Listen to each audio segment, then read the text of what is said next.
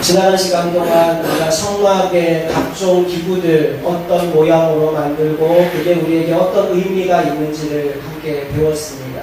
오늘은 그렇게 하나님이 보여주신 그 양식 그대로 성막을 만들어가는 과정을 우리에게 보여주고 있습니다. 총정리하는 마음으로 함께 좀 말씀 앞에 서보면 좋겠어요. 성막을 이제 모세가 만드는데 어떤 순서로 만드느냐? 제일 먼저 텐트, 성막 세우기를 먼저 합니다. 오늘 읽었던 18절, 19절 말씀을 보면 성막 세우는 과정이 나오는데 18절 말씀에 이렇게 시작하죠. 모세가 성막을 세우되, 여기 그림에 보이는 텐트가 바로 그 성막입니다.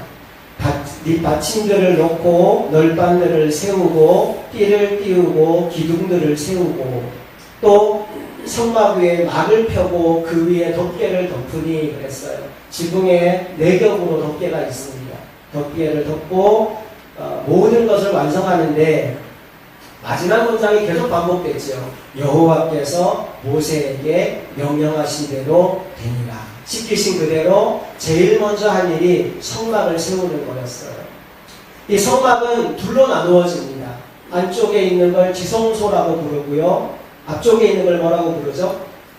성소라고 부릅니다. 지성소와 성소로 나누어지는데 두 번째로 한 일이 뭐냐 하면 지성소 안에 언약궤를 넣는 거예요. 20절, 21절 말씀 함께 읽어볼게요. 그는 또 증거판을 궤 속에 넣고 채를 궤에 꿰고 속죄소를 궤 위에 두고, 잠깐만요. 옆에 위에 그림이 보이시나요? 이게 언약궤인데 언약궤는 상자예요. 저 상자 안에다가 제일 먼저 증거판을 궤 속에 넣고 채는 어깨에 매기 위에 끼우는 걸 채라고 부릅니다. 그림에서 보면 이게 채죠. 이 채를 꿰고 그리고 속죄소는 언약궤 뚜껑을 말합니다. 두 그룹이 장식된 뚜껑 속죄소를 궤 위에 두고 뚜껑을 덮었어요. 자, 그리고 나서 21절 읽어볼게요. 또 그 궤를 성막에 들여놓고 가리개 휘장을 늘어뜨려 그 증거궤를 가리니 여호와께서 모세에게 명령하신 대로 되니라. 언약궤를 지성소 안에 놓고요. 가리개 휘장을 두었다고 했어요. 성소와 지성소 사이에는 휘장이, 커튼이 하나 드리워져 있습니다. 자, 그 다음에 세 번째로 한 일이 뭐냐 하면 이제 지성소 밖으로 나와 성소로 들어왔어요. 성소에 3가지 물건이 있습니다. 뭐뭐뭐 있죠? 생각나시는 거 대로 한번 말씀해 보실래요? 성소 안에 뭐 있어요? 번째다는 밖에 있죠. 성소 안에 있는 거. 촛대 있고요. 또 떡상, 진설금 떡상이 있고요. 그 다음에 분향단 있고요. 맞습니다. 3가지 물건이 있는데 세 번째로 세팅하는 게 바로 진설병상입니다. 22절, 23절 말씀에 나오는데 22절을 먼저 읽어볼게요. 그는 또 회막 안 곧 성막 북쪽으로 휘장 밖에 상을 놓고, 이 상이 바로 떡상을 말하는 겁니다. 떡상을 놓고 23절 또 여호와 앞 그 상 위에 떡을 진설하니, 떡을 여기에 쌓아놓는데 몇 개 쌓아놓죠? 12개. 이스라엘 12지파를 상징하는 12개의 떡을 저기 쌓아놓은 그림입니다. 진설하니 역시 여호와께서 모세에게 명령하신 그대로 되었습니다. 자, 4번째 뭐 할까요? 등잔 때에 불을 켭니다. 24절, 25절 말씀인데 24절을 먼저 읽어볼게요. 그는 또 회막 안 곧 성막 남쪽에 등잔대를 놓아 상과 마주하게 하고, 그림 보세요. 저기 떡상 있는데 그 맞은편에 촛대를 놓는 겁니다. 촛대를 놓았어요. 25절 읽어봅시다. 또 여호와 앞에 등잔대에 불을 켜니 여호와께서 모세에게 명령하신 대로 됩니다. 촛대를 집어넣고 불을 착 켰어요. 5번째 뭐 하죠? 이제 분향단을 넣고 향을 사릅니다. 26절 먼저 읽어봅시다. 그가 또 그 향단을 회막 안 휘장 앞에 두고, 향단을 놓는데 여기 지금 아까 언약궤 앞에 휘장이 있다고 했죠. 커튼이 있어요. 그 바로 앞에 금으로 된 향단을 놓으라고 했습니다. 그리고 27절 읽어볼게요. 그 위에 향기로운 향을 사르니 여호와께서 모세에게 명령하신 대로 되니라. 아까 우리가 말씀을 글자로만 읽었는데 그림을 보면서 보니까 훨씬 잘 보이시죠? 여러분, 그래서 성경 읽을 때 다른 책도 마찬가지지만 그냥 글자만 보지 말고 머릿속에 자꾸 상상하면서 읽으세요. 그래야 그게 여러분 마음에 남아요. 자, 이제 성소와 지성소에 들어갈 모든 물건을 다 배치했습니다. 이제 성막 밖으로 나와서 뜰로 나갑니다. 뜰로 나가서 제일 먼저 설치했던 게 뭐냐 하면 바로 번제단, 짐승과 곡식을 태우는 번제단을 설치하는데요. 28절을 먼저 읽어볼게요. 시작. 그는 또 성막 문에 휘장을 달고, 무슨 말이냐면 이 성막문 여기에 휘장을 달라는 겁니다. 휘장으로 문을 다는 거예요. 성막에 문을 달았어요. 그리고 29절 읽어봅시다. 또 회막의 성막문 앞에 번제단을 두고 번제와 소제를 그 위에 드리니 여호와께서 모세에게 명령하신 대로 되라. 회막의 성막문 앞에 번제단을 두었어요. 이 번제단에서는 번제와 소제를 드린대요. 번제와 소제 둘 다 불로 태워드리는 제사거든요. 화제인데 번제는 뭘 바치는 제사죠? 동물, 짐승. 어떤 짐승? 소나 양이나 염소나 비둘기 같은 거 태워서 바치는 제사입니다. 소제는 뭐 바치는 거죠? 곡식, 고운 가루를 태워서 바치는 제사가 소제입니다. 번제와 소제를 그 위에 드리도록 세팅을 했어요. 7번째 할 일이 뭐냐 하면 물두멍을 세팅하는 겁니다. 자, 30절 말씀 읽어볼게요. 그는 또 물두멍을 회당과 제단 사이에 두고 거기 씻을 물을 담으라. 물두멍, 이게 물두멍이라는 건데 회막과 성막에 다르기는 이 회막입니다. 회막과 번제단 사이에 세팅을 했죠. 그리고 물을 담았습니다. 용도가 뭐냐 하면 31절, 32절에도 용도가 나옵니다. 31절 읽어볼게요. 모세와 아론과 그 아들들이 거기서 수족을 실 때 그들이 회막에 들어갈 때와 제단에 가까이 갈 때 씻었으니 여호와께서 모세에게 명령하신 대로 되노라. 물두멍은 아무나 씻는 물이 아니고요. 누가 씻는 물이다? 제사장들이 성막에 들어가기 전에 손발을 씻고 깨끗하게 정결하게 자신을 만든 다음에 들어갈 수 있도록 배치해 두는 게 바로 물두멍이었어요. 물두멍까지 다 놓았습니다. 이로 인해 성막 안에 배치되어야 될 모든 물건들이 다 배치가 됐어요. 그 다음에 하는 일이 뭐냐 하면 이제 뜰에 포장을 치고 그리고 문을 닫는 것으로 성막 만드는 모든 과정이 완성됩니다. 33절 읽어볼게요. 그는 또 성막과 제단 주위 뜰에 포장을 치되, 그래서 포장을 이렇게 짠 쳤습니다. 그림을 보이시죠? 그 다음에 뭐예요? 뜰 문에 휘장을 달이라. 문에 휘장을 달았어요. 이렇게 해서 성막이 완성되었습니다. 모세가 이같이 역사를 다 마쳤어요. 이게 오늘 우리가 함께 읽었던 말씀의 전반부의 이야기입니다. 여러분, 이스라엘 백성들이 이 모든 일을 마친 다음에 또 특별히 지도자 모세가 이렇게 성막을 다 만들고 난 다음에 얼마나 기뻤을까요? 얼마나 감격했을까요? 특별히 여기에 들어가 있는 물건들 중에 대충 만든 거 하나도 없잖아요. 우리가 앞에서 살펴봤지만 하나하나 얼마나 귀한 재료와 정성과 에너지가 들어갔는지 몰라요. 말하자면 이 성막 안에는요, 이스라엘 백성들의 피와 땀과 눈물이 다 담겨 있는 겁니다.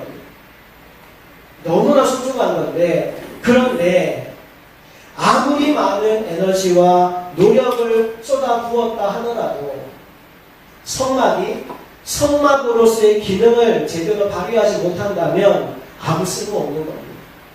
마찬가지예요. 오늘 이 시대에도 우리는 이렇게 임대한 건물에서 예배를 드리지만 어떤 교회는 자신의 건물을 또 화려하게 엄청난 돈을 들여서 건축하기도 하지 않습니까? 건축하는 게 나쁜 건 아니죠. 그런데 교회 건물을 아무리 화려하게 아름답게 지어놓았다 하더라도 교회가 교회로서의 기능을 제대로 발휘하지 못한다면 아무 소용이 없는 겁니다. 오늘 이 시간에는 특별히 말씀의 후반부를 중심으로 해서 이렇게 아름답게 만들어 놓은 성막의 기능이 뭐냐, 성막은 도대체 뭐 하려고 만든 거냐, 또 이어서 그렇다면 이 시대의 교회는 왜 존재해야 되는 거냐, 이 시대의 교회가 해야 될 역할이 뭐냐, 그런 이야기들을 좀 살펴보려고 합니다. 먼저 성막의 첫 번째 기능은 우리 함께 하얀 글씨 읽어볼까요? 시작. 하나님이 임재하시는. 성막의 가장 중요한 기능은 뭐냐 하면요, 하나님이 그곳에 임재하시는 거예요. 그래서 하나님과의 만남이 이루어지는 것입니다.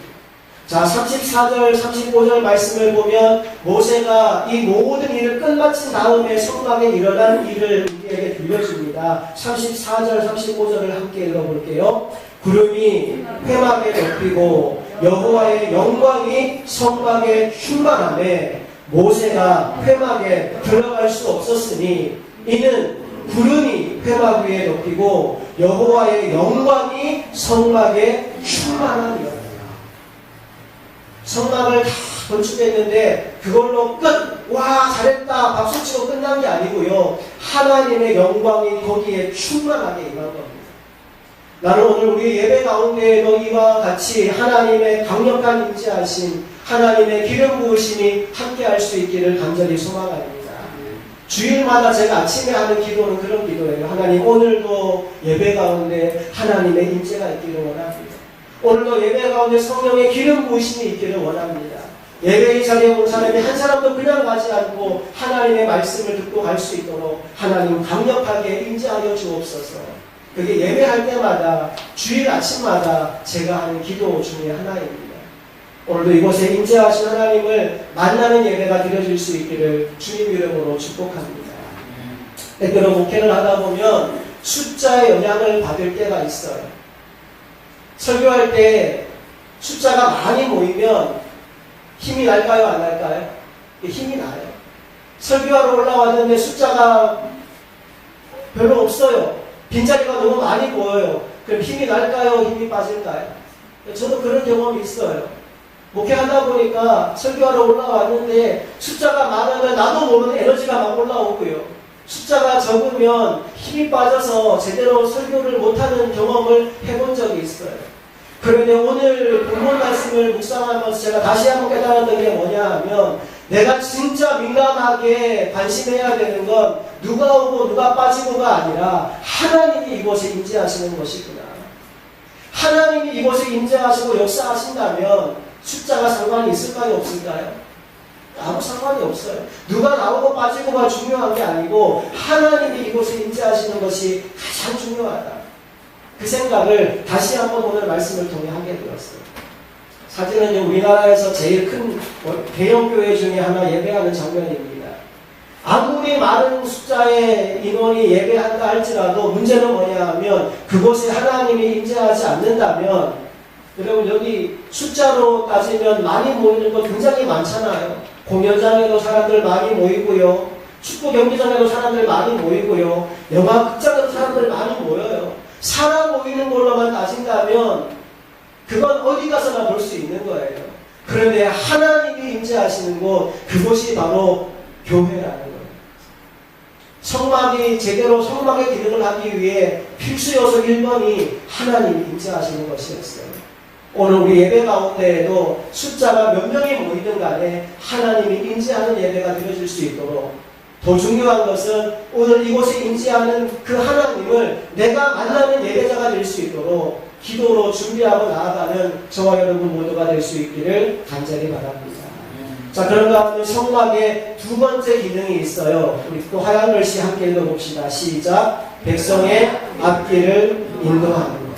네. 성막이 하는 두 번째 기능은 뭐냐 하면 구름 기둥과 불 기둥으로 이스라엘 백성을 인도하시는 것이었어요. 36절 말씀부터 함께 읽어봅시다. 구름이 성막 위에서 떠오를 때에는 이스라엘 자손이 그 모든 행진하는 길에 앞으로 나아갔고, 37절, 구름이 떠오르지 않을 때에는 떠오르는 날까지 나아가지 아니하였으며 38절 낮에는 여호와의 구름이 성막 위에 있고 밤에는 불이 그 구름 가운데 있음을 이스라엘 온 족속이 그 모든 행진하는 길에서 그들의 눈으로 보았더라. 성막 위에 뭐가 있었느냐 하면 구름 기둥이 있었고 그 구름 속에서 불기둥이 나왔어요. 구름 기둥과 불기둥이 성막에서 나왔는데 성막 위에 있었는데 그것의 기능이 뭐냐 하면 이스라엘 백성들을 인도하는 것입니다. 아까 우리 불렀던 찬양 중에 이런 찬양이 있었죠. 주님 말씀하시면 내가 나서는 것 주님 뜻에 있으니 오 주님 나를 이끄소서. 하나님의 성막을 세우라고 하신 두 번째 중요한 목적이 이것이었어요. 그 백성들을 이끄시기 위해서. 광야길을 가는 내내 하나님은 성막에서 피어오르는 구름기둥과 불기둥으로 그 백성들을 인도하셨습니다. 지금도 마찬가지예요. 하나님은 광야 같은 인생을 살아가는 우리들을 인도해 주시기 위해서 누구를 보내주셨어요? 보혜사 성령님을 우리에게 보내주셨습니다. 그분이 하시는 역할이 뭐냐? 요한복음 14장 26절에서 예수님이 성령님의 역할을 이렇게 알려주셨습니다. 함께 읽어볼게요. 보혜사 곧 아버지께서 내 이름으로 보내실 성령 그가 너희에게 모든 것을 가르치시고 내가 너희에게 말한 모든 것을 생각나게 하시리라. 아멘. 성령님이 몇 가지를 가르치신대요? 모든 것을 가르치십니다. 성령님이 모든 것을 가르치시고 모든 것을 생각나게 하십니다. 언제까지 그렇게 할까요? 그 답은 에베소서에 나옵니다. 4장 30절 함께 읽어봅시다. 하나님의 성령을 근심하게 하지 말라. 그 안에서 너희가 구원의 날까지 인치심을 받았느니라. 성령이 내 안에 오셨는데 내가 그분의 말씀대로 뜻대로 살지 않으면 성령님이 떠나가시는 게 아니고요. 뭐하고 계신데요? 뭐하고 계신데요? 성령님이 근심하고 계신데요. 성령님이 내 안에서 근심하신대요. 그리고 다시 한번 내 마음에 감동 주시고 은혜 주시고 나를 위해 말할 수 없는 탄식으로 기도하시고 인도하셔서 어디까지 간다고요? 구원의 날까지, 천국 가는 그날까지 나를 떠나지 않으시고 인도해 가시겠다고 약속해 주셨어요. 그분이 우리 안에 오신 성령님입니다. 제가 이 성령님에 대해 묵상하면서 이걸 어떻게 하면 잘 설명할 수 있을까 하다가 발견한 도구가 하나 있어요. 여러분도 잘 아는 겁니다. 차에 여러분 운전하는 사람 필수품이죠. 내비게이션을 보면서 성령님이 참 내비게이션과 닮았구나. 어쩌면 내비게이션은 성령님의 모조품이겠구나 싶은 생각이 들었어요. 자, 내비게이션은 어떤 것이냐? 1번 다 같이 읽어봅시다. 시작. 내비게이션은요 다 알려줘요. 몇 미터 앞에서 우회전하고 좌회전해야 되고 유턴해야 되는지, 앞에 방지턱이 있는지 없는지, 심지어는 카메라가 앞에 있는지 없는지까지 다 얘기해줘요. 모든 것을 가르쳐줍니다. 그런가 하면 2번 읽어봅시다. 시작. 그렇죠. 내가 내비게이션이 500m 앞에서 우회전하세요 했는데 50m 앞에서 우회전했어요. 그럼 어떻게 해요? 경고음이 띵동띵동 울리기 시작해요. 잘못된 길을 갔다고. 마치 성령님 우리 안에서 잘못된 길을 가면 근심하는 것처럼 내비게이션이 근심빛을 띈단 말이에요. 띵동띵동 잘못된 길을 갔다고 얘기를 해요. 근데 그걸로 끝나지 않죠. 그 다음에 뭐예요? 경로를 재설정합니다. 경로를 재설정합니다. 다시 한번 우리를 인도해요. 성령님이 나를 떠나지 않는 것처럼 내비게이션도 내가 자기 말 안 듣는다고 에이 때려쳐 나 인도 안 할 거야 그렇게 하나요 안 하나요? 안 하죠. 다시 한번 재설정해서 인도합니다. 그래서 3번 읽어봅시다. 시작. 어떻게든 간에 끝까지 따라가기만 하면 내가 거기에 설정해 놓은 목적지에 도착하게 됩니다. 성령님의 인도를 끝까지 따라가면 우리 어디 갈까요?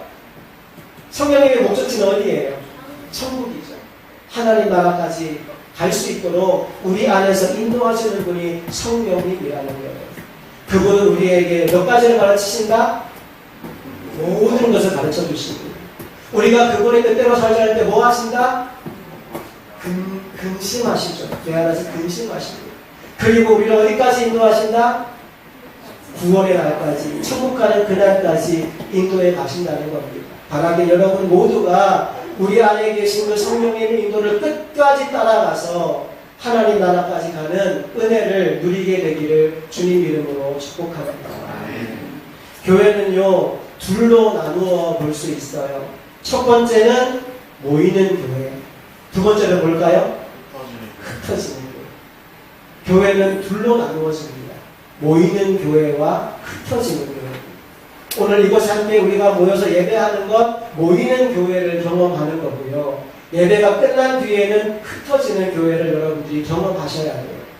고린도전서 3장 16절에 이렇게 말씀하셨습니다. 함께 읽어봅시다. 너희는 너희가 하나님의 성전인 것과 하나님의 성령이 너희 안에 계시는 것을 알지 못하리라. 하나님의 성령을 모신 자는 모두가 하나님의 성전이다, 하나님의 교회다 라고 말씀하고 있어요. 그러니까 여러분들이 이곳에 모였을 때에는 말씀의 교회로 여기 모이신 겁니다. 그런데 성전문을 열고 나갈 때에는 여러분 한 사람 한 사람이 걸어 다니는 말씀의 교회가 되어서 나가는 거예요. 교회로서의 삶을 잘 살아가시기를 축복합니다. 모이는 교회와 흩어지는 교회가 있는데, 그러면 모여서 뭐 해야 될까요? 우리가 이곳에 모여서 함께 경험해야 되는 일은 하나님의 인지하심, 하나님의 은혜를 경험하는 겁니다. 모였는데, 교회에 나왔는데 하나님의 인지하심과 하나님의 은혜를 경험하지 못했다면 우리는 모여서 해야 될 일을 제대로 감당하지 못한 거예요. 그래서 제가 새벽마다 기도하는 겁니다. 하나님의 임재가 있는 예배, 하나님을 만나고 돌아가는 예배가 드려지기를. 그런가 하면 흩어져서 해야 될 일이 또 있어요. 그게 뭘까요? 바로 성령님과 동행하는 것입니다. 그리고 나를 이끌어 가시는 주님의 이끄심에 순종하는 겁니다. 오늘 만들어진 성막 위에 하나님의 영광이 임했던 것처럼 예배 가운데 하나님의 임재가 있고, 또 그 성막을 구름 기둥과 불 기둥이 인도해 갔던 것처럼 우리 삶에 성령님이 이끌어 가시고 동행하는 삶, 그것이 바로 우리가 모일 때와 흩어질 때 경험해야 될 일들이라는 사실이죠. 아까 우리가 교동으로 나누었던 요한계시록 14장 4절 말씀, 이 말씀을 저는 너무너무 좋아해요. 특별히 구원받고 하나님 나라 갈 14만 4천 명이 어떤 사람인지를 보여주는 말씀인데 함께 읽어봅시다. 이 여자들은, 이 사람들은 여자와 더불어 더럽히지 아니하고 순결한 자라, 어린 양이 어디로 인도하든지 따라가는 자며 사람 가운데에서 속량함을 받아 처음 익은 열매로 하나님과 어린 양에게 속한 자들이니. 이 말씀에서 제가 주목하는 구절이 바로 이 구절입니다. 어린 양이 어디로 인도하든지 따라가는지. 누가 구원받기 합당한 사람이냐, 누가 천국에 합당한 사람이냐, 잘생긴 사람 아니고요, 키 큰 사람 아니고요, 돈 많은 사람 아니고요. 어떤 사람이라고요? 어린 양이 어디로 인도하든지 따라가는 사람. 성령님이 어디로 인도하든지 따라가는 사람이에요. 그 사람이 하나님 나라에 합한 사람이다라고 말씀하고 있는 겁니다. 자, 그런데 우리가 어린 양을 따라가는 삶을 살아야 되는데 그 길을 가면서 해야 될 일 한 가지가 있다고 사도행전 1장 우리에게 알려주어요. 1장 8절 말씀 같이 읽어봅시다. 오직 성령이 너희에게 임하시면 너희가 권능을 받고 예루살렘과 온 유대와 사마리아와 땅 끝까지 이르러 내 증인이 되리라 하십니다. 우리가 성령님을 따라가면서, 어린 양을 따라가면서 해야 할 일이 뭐냐? 가는 곳에서 주님의 증인으로 살아가는 거예요. 말씀을 정리해 봅시다. 교회는 둘로 나눌 수 있어요. 첫 번째 어떤 교회? 모이는 교회와 두 번째 흩어지는 교회로 나눌 수 있습니다. 우리가 해야 될 일이 있어요. 모이면 뭐 해야 될까요? 은혜 받아야 돼요. 하나님 임재하시고 하나님 영광 가운데 은혜 받아야 돼요. 흩어지면 뭐 해야 될까요? 네, 주님의 증인이 되어야 돼요. 성령님의 인도를 받아 가는 곳마다 주님의 증인이 되어 사는 겁니다. 제가 모이면이라고 외치면 여러분은 은혜 받고 라고 화답해 주시고, 흩어지면이라고 외치면 증인되자라고 화답해 주시면 좋겠습니다. 자, 주목 주시고요. 모이면 은혜 받고 흩어지면 증인되자. 한 번 더. 모이면 은혜 받고 흩어지면 증인되자. 할렐루야. 아멘. 그렇게 살아가는 저와 여러분 될 수 있기를 주님 이름으로 축복합니다.